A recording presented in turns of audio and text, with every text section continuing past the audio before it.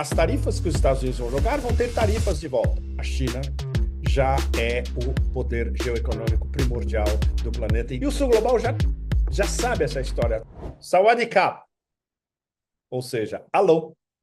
Sim, estamos na Tailândia, estamos na ASEAN, estamos no sudeste da Ásia e transição direta Moscou, sudeste da Ásia. Transição direta Rússia-ASEAN, que, segundo o presidente Putin, em vários dos fóruns na Rússia o ano passado, o presidente Putin sempre dizia que as duas grandes áreas de desenvolvimento no futuro próximo são África e Sudeste da Ásia, ASEAN. Есть регионы мира, в которых, по нашему мнению, развитие будет идти очень высокими темпами. Это прежде всего страны Южной Азии и Африки. Então, eu estou de volta à minha casa, em Bangkok, que é a minha casa no sudeste da Ásia e a minha casa na Ásia como um todo, a maior parte desses últimos 30 anos. Eu vim para cá morar pela primeira vez há 30 anos, depois de Singapura. E a minha base principal na Ásia, durante esses 30 anos, é aqui, junto com Hong Kong. Mais Tailândia. Então, Tailândia é casa, total. É um Pepe Café com café mesmo. Vocês não fazem ideia da qualidade desse café. Ele está com a identificação em Chinese, em mandarim aqui. Não é uma empresa sino-tailandesa. Esse café é um café chinês. Eu vou explicar para vocês de onde ele vem.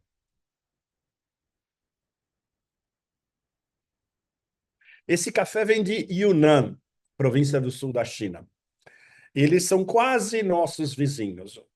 O nosso vizinho ao norte, um dos nossos vizinhos ao norte é o Laos. E o Laos está ligado agora com o High Speed Rail, trem de alta velocidade, Luang Prabang. Vientiane é a capital, Luang Prabang, no meio da floresta, do lado do Mekong, até a província de Yunnan. Não quer dizer que o nosso café venha por high speed rail. Não, ele vem muito mais rápido, vem de avião. Mas tem muitas variedades de cafés de Yunnan que você pode beber agora em Bangkok já há algum tempo, e a qualidade é extraordinária. O meu fornecedor aqui do lado, numa dessas torres que estão atrás de vocês, são 3 torres chinesas juntas, de propriedade chinesa, eles têm 4 variedades de cafés de Yunnan. Quando eu fui a Kunming, capital da província de Yunnan, há anos atrás, eles têm um bairro muçulmano fantástico em Kunming, onde eu, pela primeira vez, tomei café de Yunnan, em Yunnan, e já fiquei pasmo com a qualidade nessa época. Isso foi nas minhas várias viagens à China, deve ter sido uma viagem há 25 anos atrás. Então, o café de Yunnan está presente e está aqui agora do lado, é só atravessar a rua. Melhor impossível. Bom, vocês vão ver que vai mudar bastante o tom do Pepe Café comparado com os últimos meses no Otanistão e na Rússia. A vida aqui é relax, é tranquila. A temperatura todo dia é 28 a 32, com uma brisinha ainda. Não está chovendo ainda, não está na estação das chuvas. Então, você vindo da Europa e vindo da Rússia e caindo na megalópolis Bangkok é um choque, mesmo se você está acostumado, ou mesmo se você vive aqui, ou viveu aqui há muito tempo, o choque é absolutamente brutal. Então, psicologicamente, você automaticamente se relaxa. Mesmo que você esteja prestando atenção em tudo que está acontecendo. Por exemplo, hoje, que era à noite nos Estados Unidos, de manhã aqui, eu estava acompanhando o discurso do Estado da União do presidente Trump, em Washington. E, ao mesmo tempo, eu estava sintonizado com a sessão, o que a gente chama de 2 sessões, que são as reuniões dos legisladores chineses em Pequim importantíssima, onde eles traçam os parâmetros das políticas econômicas para o ano inteiro, por um ano inteiro até o ano que vem. Então, essa comparação direta, e você vendo daqui, da ASEAN, do Sudeste da Ásia, onde o maior parceiro comercial de todos os 10 países da Associação do Sudeste da Ásia é a China. Eu estou também numa terra BRICS.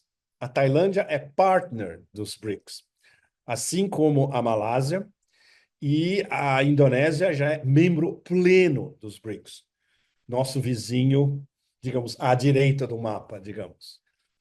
Então, aqui é um dos pontos chaves, nodais, principais para se acompanhar, não só tudo que acontece na China, por causa da ligação muito próxima sino-tailandesa, da diáspora chinesa estabelecida na Tailândia, algo que alguns de vocês devam saber. Entre as grandes fortunas e os grandes empresários na Tailândia, a maior parte dos casos são imigrantes chineses de algumas províncias chinesas, mas especialmente do sul, de Guangdong ou de Fujian, por exemplo, que casaram com a aristocracia tailandesa, são cidadãos tailandeses, falam tailandês absolutamente fluente e são fundamentais não só no desenvolvimento econômico da Tailândia, como nessa reaproximação cada vez maior política entre Pequim e Bangkok. Ou seja, do ponto de vista central de sudeste da Ásia, de leste da Ásia, aqui sem contar, evidentemente, outro fator fundamental que, bom, no meu caso é fundamental, qualidade de vida. Eu vivi no mundo inteiro, como muitos de vocês devem saber. A qualidade de vida de Bangkok hoje é inigualável no planeta inteiro. Nada se assemelha. A qualidade dos serviços, a gastronomia, não só tailandesa e chinesa, mas internacional, mas especialmente gastronomia thai e chinesa. A qualidade da infraestrutura urbana, da infraestrutura de estradas também.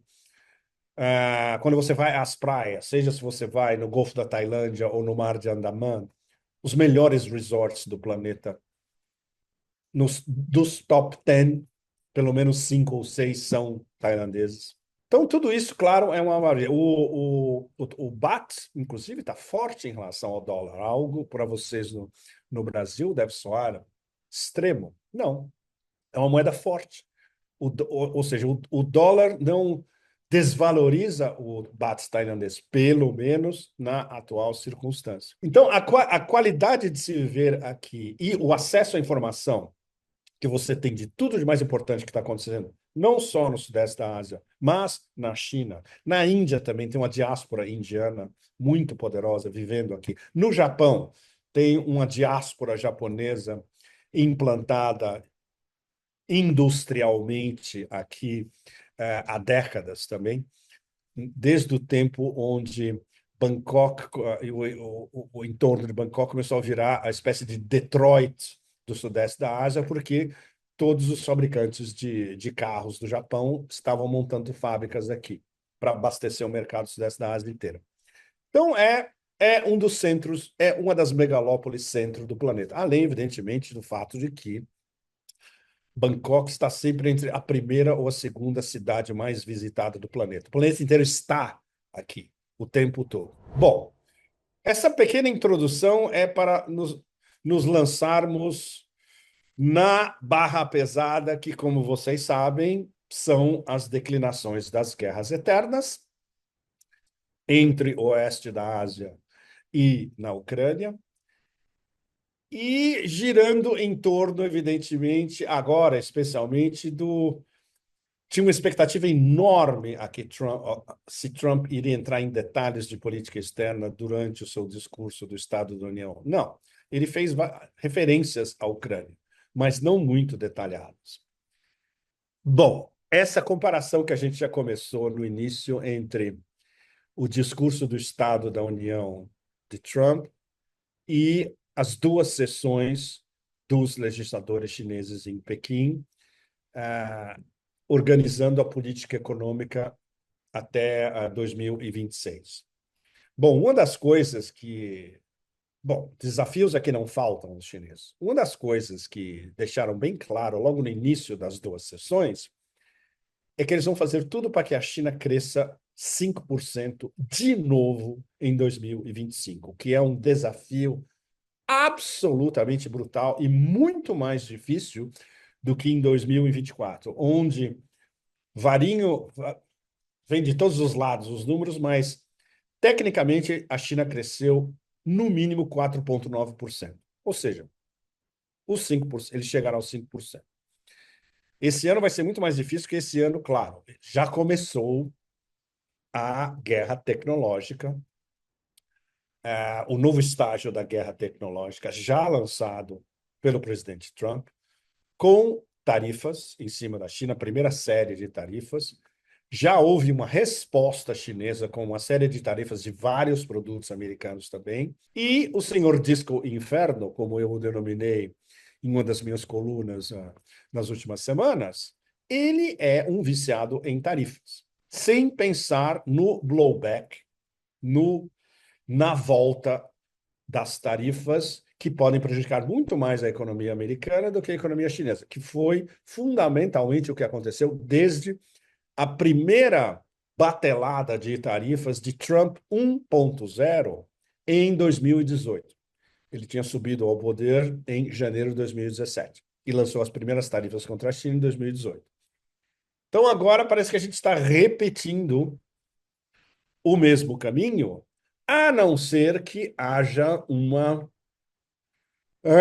digamos, uma cúpula face a face Trump, sim, mas pelo menos telefonemas à la telefonema Putin-Trump, de chegarem a um acordo de cavalheiros onde não haverá uma escalada de tarifas e onde Trump possa entender o que vai ser muito difícil, especialmente ele estando rodeado de sinófobos entre os seus assessores, que o programa econômico da China é basicamente, e isso a gente está entre 150 e poucos nações-estados no planeta inteiro. A China comercia com 150 e poucos nações-estados no planeta inteiro.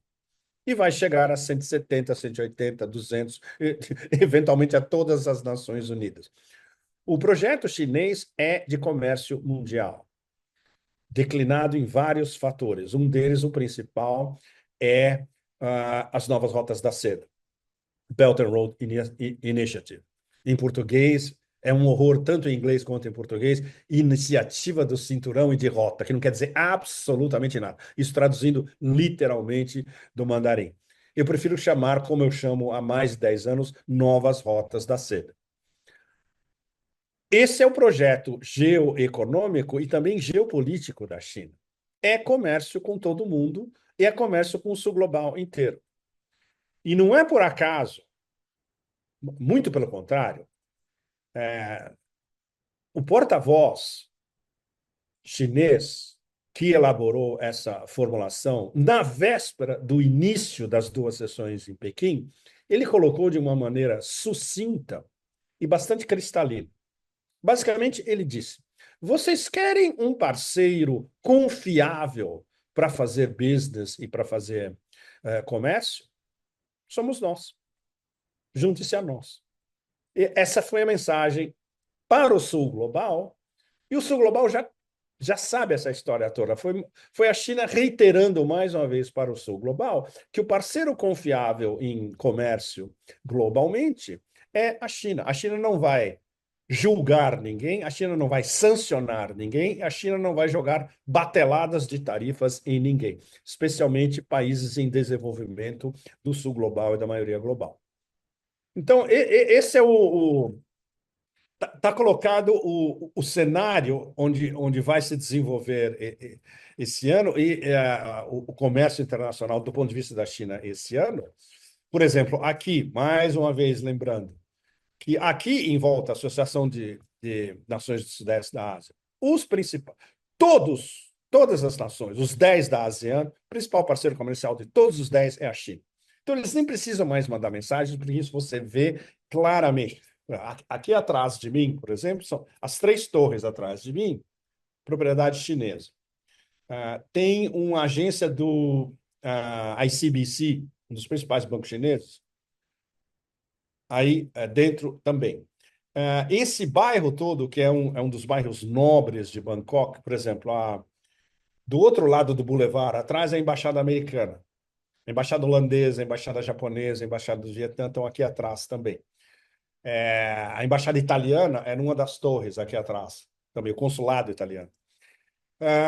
É um bairro diplomático de business. Por exemplo, aqui do lado está a torre do Deutsche Bank, quase vazia, porque o Deutsche Bank mandou praticamente todo mundo embora. O Deutsche Bank está em crise. Um pouquinho mais atrás, num dos próximos Pepe Café, eu quero ver se eu gravo de lá também, tem a nova torre do JP Morgan, um monstro modernista. JP Morgan está com tudo, investindo com tudo na Tailândia, e eles sabem que essa é uma das grandes potências asiáticas e do sul global do futuro. E o fato de que a Tailândia agora é partner dos BRICS, um dos principais partners dos BRICS, e mais cedo ou mais tarde vai ser membro pleno dos BRICS, como a Indonésia, super importante também. Então, o business americano sempre esteve de olho na Tailândia e vai continuar. Tarifas, se continuam a ser aplicadas contra a China e se começar essas tarifas a transbordar para países da ASEAN também, mais uma vez os Estados Unidos vão estar dando um tiro no seu próprio pescoço, o que é característico do Império, como vocês sabem, há décadas. Bom, em relação à guerra da Ucrânia, fundamental. Eu saí de Moscou a semana passada, literalmente, ou seja, a guerra da Ucrânia, a Rússia, está tudo aqui ainda e é, é, é bom você ter uma distância, especialmente você praticamente trocando de continente. Você saindo basicamente da. Eu estava praticamente na Rússia europeia. Moscou é quase a Rússia europeia, digamos. E agora eu estou no sudeste da Ásia. Então, houve uma troca de continente, mental, inclusive. E você pode olhar a Rússia de fora, o que é muito bom. Quando você está na Rússia, no meu caso, por exemplo, eu vou tão fundo que eu esqueço o resto do planeta. Durante várias semanas, eu estou só concentrado na relação da Rússia com o Sul Global, com o Ocidente, com o Otanistão, com os Estados Unidos, etc. Então, agora vai ser... É um processo fascinante de reavaliar tudo que eu aprendi nessas últimas... Eu fiquei, acho que, 5 ou 6 semanas na Rússia, do ponto de vista não só da ASEAN, eu vou encontrar com diplomatas essa semana, e depois da China, e da relação Rússia-China. Quanto à guerra da Ucrânia,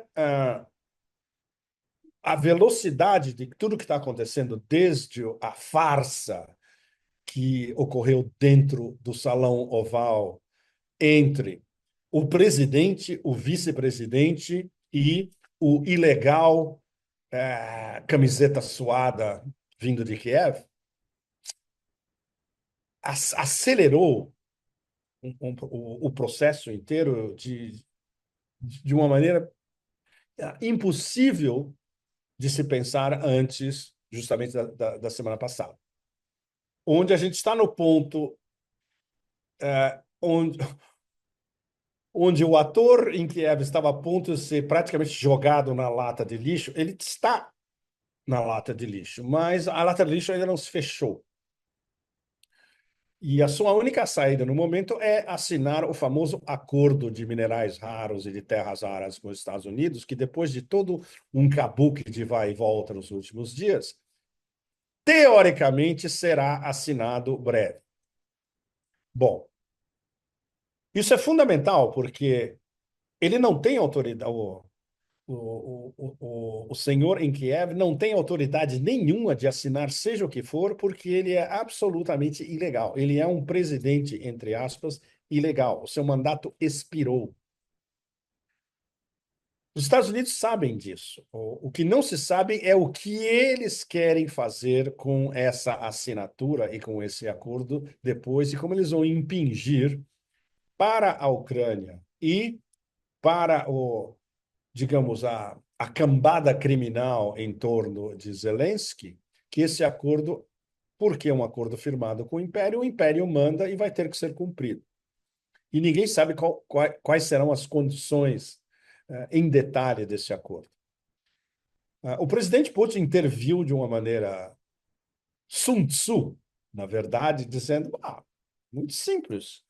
Se vocês quiserem, vocês podem, inclusive, fazer parcerias com empresas russas e investir na exploração de minerais raros e de terras raras na Rússia.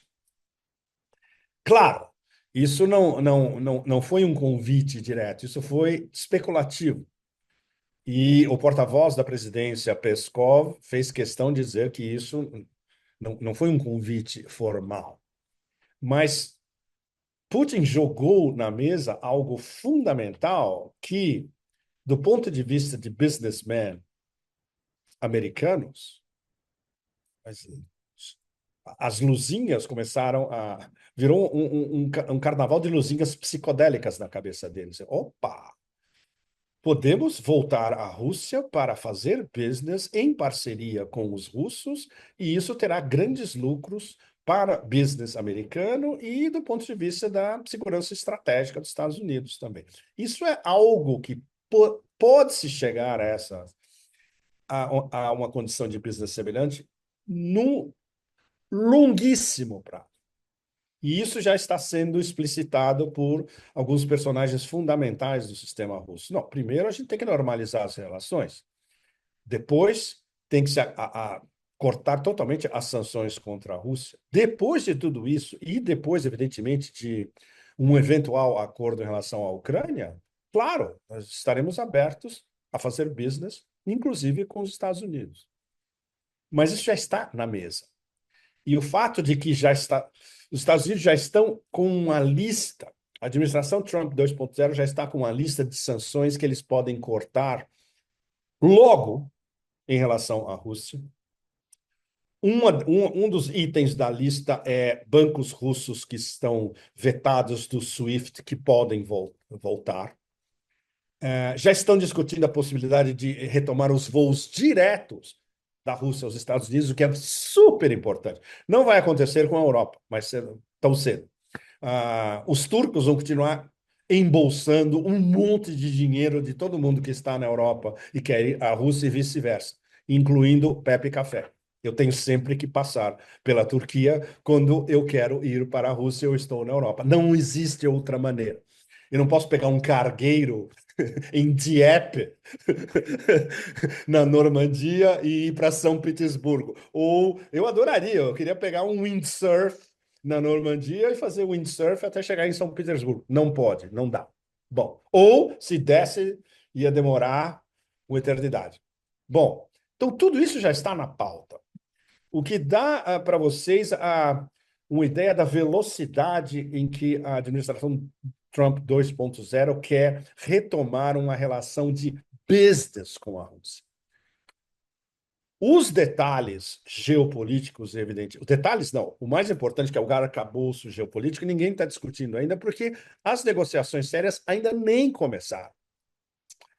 Agora, o que isso nos dá claramente, o subtexto claro de tudo isso? Quem é que está enterrado quantos metros no Brasil? Vocês podem me dizer quantos metros você é enterrado no Brasil embaixo da terra? Em inglês é 6 feet, dá menos de 2 metros, né? Bom, quem é que está enterrado embaixo da terra a muito mais de 2 metros, talvez a 10 metros de profundidade? A Europa. A Europa se enterrou e agora está sendo reenterrada ainda mais, afundada ainda mais, com mais umas jogando terra em cima pela administração Trump 2.0. E isso nos leva ao que seria a grande manchete dessas últimas 2 semanas e que é a manchete que vai perdurar para o resto do ano e provavelmente para o resto da década. O fim do Ocidente coletivo. Não existe mais Ocidente coletivo. O líder do Ocidente é o Império.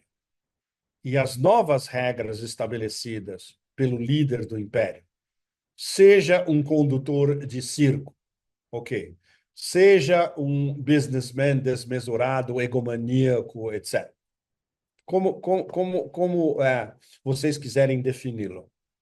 É o presidente dos Estados Unidos, é o presidente do líder do Império. E as novas regras, quem delimita agora é o presidente. Ele não, para ele, a Europa não se qualifica nem como vassalo. Eles são totalmente irrelevantes. Ou seja, você examinando todas as reações de Trump nos últimos dias, tudo que ele disse e todas as suas ações em relação ao processo de tentar resolver o quebra-cabeças da Ucrânia, o subtexto principal de tudo que está se articulando é a eliminação geopolítica e, em muitos aspectos, geoeconômica da Europa como um protagonista da política internacional. Isso é brutal, é enorme, as consequências serão semanas, meses, anos. E o que a gente está tendo do outro lado? As baratas tontas em absoluto desespero. Von der Leyen, aquela que mente o tempo todo, qual invenção ela tirou da sua cartola de mágica corrupta?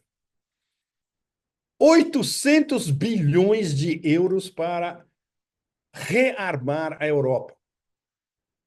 Mais, ou incluído, ou talvez mais, porque não foi especificado, na verdade, a curto prazo, 150 bilhões de euros para a Ucrânia.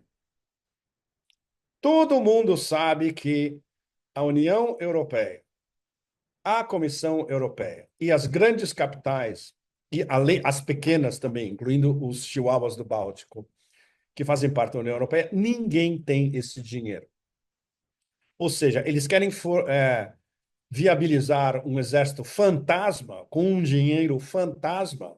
A única coisa que não é fantasma são as armas, porque as armas serão providas pelo Império.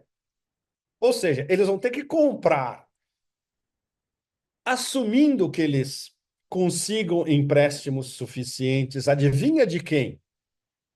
Dos abutres de praxe do sistema financeiro internacional, que vão cobrar um juro absurdo para a União Europeia e as grandes capitais europeias, os contribuintes da União Europeia, começarem a fazer esse seu arsenal absolutamente demente de armas que eles vão comprar do complexo industrial americano para, eventualmente, afrontar o perigosíssimo diabo russo daqui a 2, 3, 4, 5 anos, segundo a OTAN, até 2030.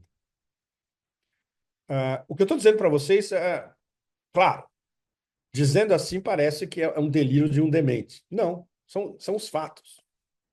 Esses são os fatos, por mais kafkianos possíveis, são os fatos já colocados e já delimitados pela liderança, entre aspas, da Comissão Europeia.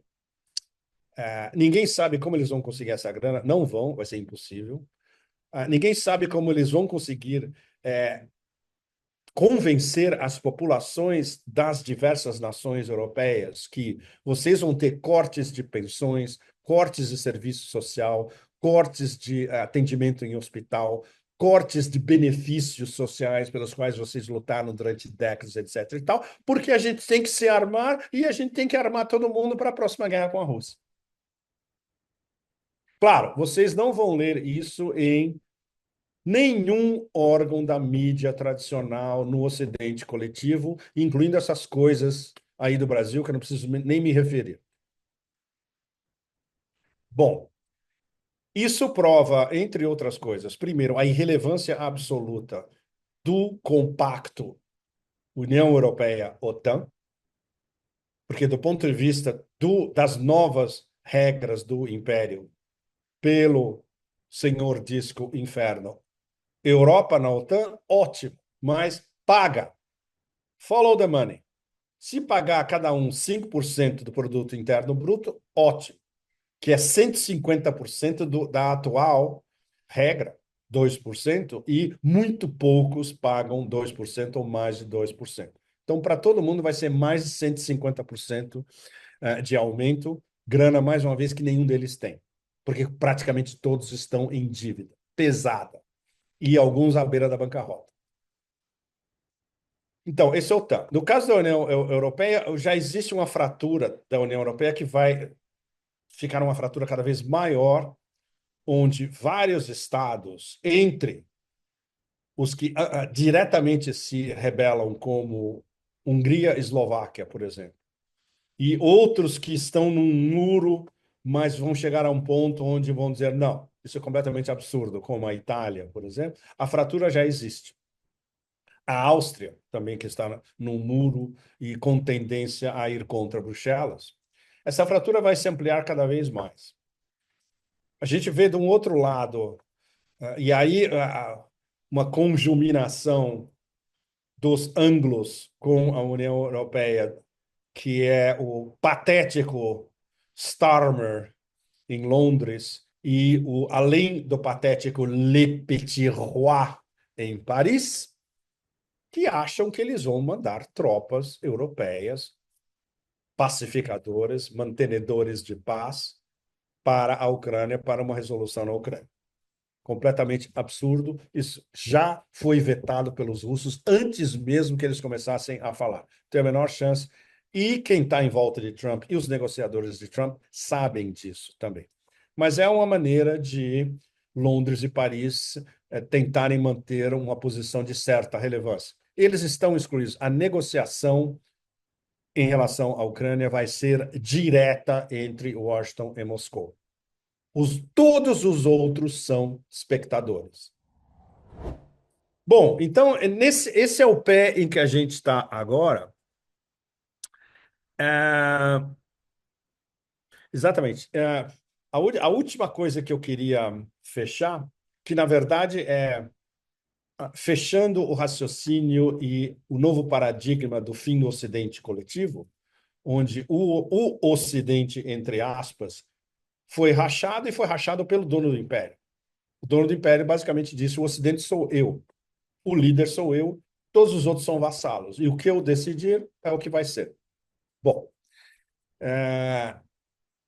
a discussão conceitual e ideológica em cima disso é algo que a gente vai,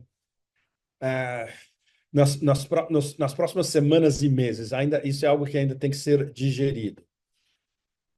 O novo paradigma em relação a essa nova configuração geopolítica, tudo está sendo remetido ao início prático, que espera-se que seja nos próximas semanas, das negociações abrangentes entre Rússia e Estados Unidos, onde a Ucrânia é um fator entre vários, são diversos fatores simultâneos. E até lá, mais uma vez, a gente continua no wait and see, né? A gente está esperando para ver o que acontece, o planeta inteiro. Enquanto isso, a China, nas duas sessões, vai deixar ainda mais. Desculpe. Hora de mais um café. Vai deixar ainda mais delimitado o seu avanço geoeconômico durante 2025, considerando todos os ataques possíveis extras que podem vir dos Estados Unidos, a irrelevância absoluta da Europa e algo que a gente vai poder conversar nas próximas semanas, que é como os BRICS vão organizar a cúpula dos BRICS no Rio de Janeiro, no início de julho, tendo em conta toda essa mudança brutal de paradigma global e de uma maneira digamos, BRICS Sun Tzu, de continuar fazendo o que os BRICS começaram a fazer em uma maneira muito mais acelerada o ano passado, durante a presidência russa dos BRICS, mas de uma maneira que não atraia a fúria desmesurada do novo Senhor dos Anéis, que ele é o Senhor e ele tem todos os anéis. É como ele vê o planeta. E ele está jogando com esses anéis, reconfigurando geopoliticamente o planeta, geoeconomicamente não, porque a China já é o poder geoeconômico primordial do planeta e nada que os Estados Unidos faça vai conseguir passar por cima disso, do que já é um fato, e já é um fato há anos. Então, esse primeiro semestre desse ano, com essa mudança de paradigma, as coisas se aceleram muito, muito mais do que elas estavam sendo aceleradas, por exemplo, no final do ano passado, logo depois da cúpula dos BRICS em Kazan. Digamos que a cúpula dos BRICS em Kazan lançou digamos, a faísca da possibilidade de um novo mundo multimodal e multipolar, e o contragolpe está vindo agora com colocar as novas regras do jogo do ponto de vista do Senhor dos Anéis sozinho, tentando reconfigurar tudo, à maneira maga, Make America Great Again, mas que pode ser que não dê maga. Por enquanto está dando miga. Você sabe muito bem quem é o I em miga. Fecha por enquanto, deixo esse espaço para a reflexão de vocês até a próxima semana. Mas, bom, trocamos de uma parte de continente. É como se viemos do oeste da Eurásia, agora estamos no sudeste da Eurásia, e vamos reconfigurando a maneira de ver o mundo do ponto de vista do continente, que é o continente primordial do século XXI, Eurásia. Muito obrigado a vocês todos. Um enorme abraço cafeeiro de Yunnan, do sudeste da Ásia, para vocês todos. Inscrevam-se no canal e até a semana que vem. Tchau, tchau.